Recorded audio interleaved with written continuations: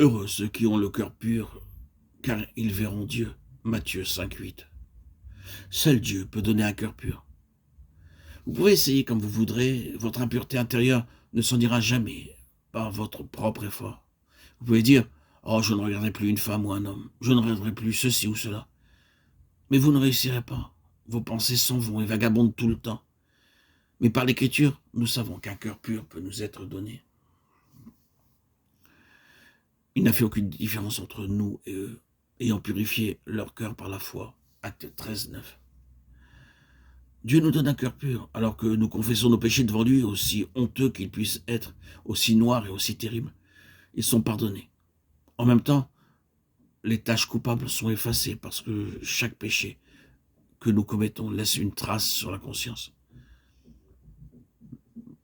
Dieu a mis un enregistreur dans chaque personne. Chaque pensée, qu'elle soit bonne ou mauvaise, est enregistrée. Ce que je pense est enregistré dans ma conscience. Ce que je dis est aussi enregistré dans ma conscience. Je peux aussi la faire taire, mais le temps viendra où je commencerai à être troublé par une conscience souillée. J'ai vu beaucoup de personnes troublées sur leur lit de mort par une conscience souillée. Elles se rappelaient ce que j'avais dit et fait des années auparavant. Alors elles pleuraient. Faites quelque chose, s'il vous plaît. Faites quelque chose, que ce soit des œuvres, le jeûne ou la prière.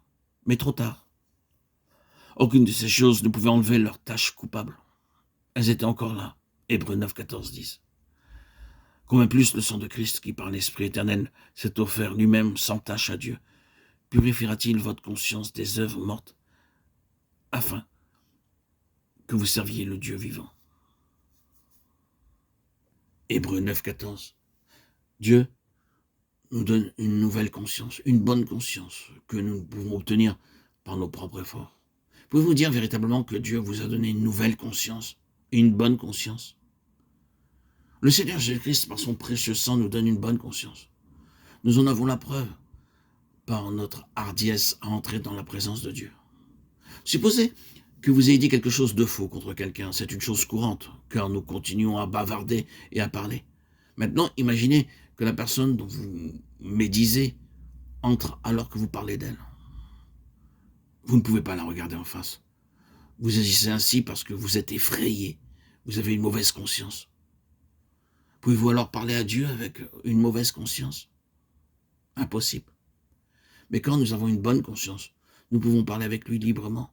Nous pouvons aller vers lui n'importe quand, n'importe où, et lui parler comme à un ami, parce qu'il vous a rendu une bonne conscience. Cette eau était une figure du baptême qui n'est pas la purification des souillures du corps, mais l'engagement d'une bonne conscience envers Dieu. 1 Pierre 3, 21. Ainsi, la seconde chose que Dieu nous donne est une bonne conscience. Toutes les tâches coupables causées par les pensées et les actes de péché ont été enlevées par mon Seigneur, par son sang. La hardiesse et la liberté avec lesquelles nous entrons en sa présence en sont la preuve. Approchons-nous donc avec assurance du trône de la grâce afin d'obtenir miséricorde et de trouver grâce pour être secourus dans nos besoins. Hébreux 4, 16.